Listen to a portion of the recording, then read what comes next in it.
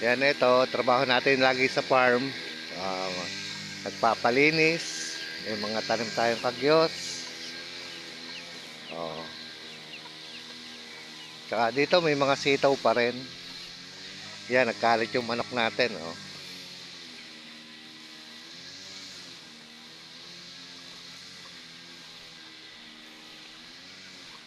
Ito, namumulaklak na yung mga sitaw. Bagong tanim. Oh. Ito, may kagyos din dito. Yan, mga sitaw. Kaso lang, ito pala yung kanila, dahon. Bago-bago pa lang nagdadahon. Tsaka may tanim din tayo dito ng dragon fruit. Yan, ang ating mga kuwan. Oh. Nako, yung ubas.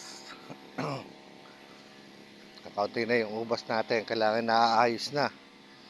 Yan, oh. Ito ang ubas. Pa isa.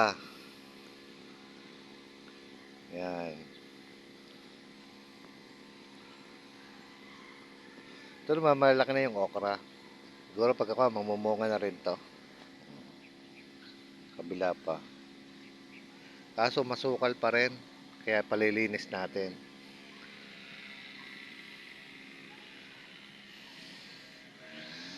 Baka may mga as-as na dito at masukal.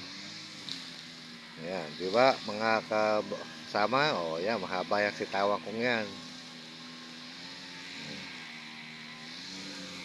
Yun, nililinis naman niya yun.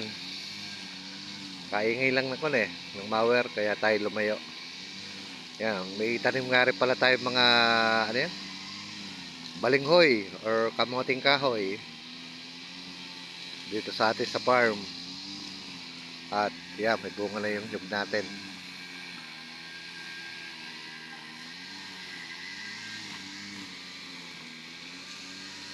Yan, lahat yan, balilinis natin yan. Diyan, sa likod ng kubo.